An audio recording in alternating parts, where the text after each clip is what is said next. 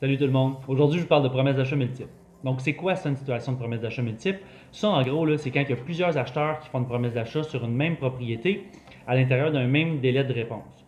Donc, ce que ça veut dire, c'est qu'exemple, vous êtes l'acheteur numéro 1, vous faites une promesse d'achat sur une propriété et vous donnez, exemple, un 24 heures de délai au vendeur pour répondre. À l'intérieur de ce 24 heures-là, s'il y a d'autres personnes, d'autres acheteurs qui viennent faire une promesse d'achat, eux vont savoir qu'il y en a déjà une ou plusieurs de déposer. Donc, ils vont faire leur meilleure offre. Par contre, toutes les personnes qui vont avoir fait des promesses d'achat avant la dernière promesse d'achat, juste avant de présenter les promesses d'achat aux vendeurs, toutes ces personnes-là, tous ces promettants acquéreurs-là vont pouvoir bonifier leur offre pour avoir la même chance que tout le monde. À ce moment-là, qu'est-ce qui va arriver, c'est que ça va créer comme une guerre d'enchères. Donc, c'est pas rare dans un marché comme en ce moment qu'on va voir des prix de vente qui vont être supérieurs au prix de mise en vente.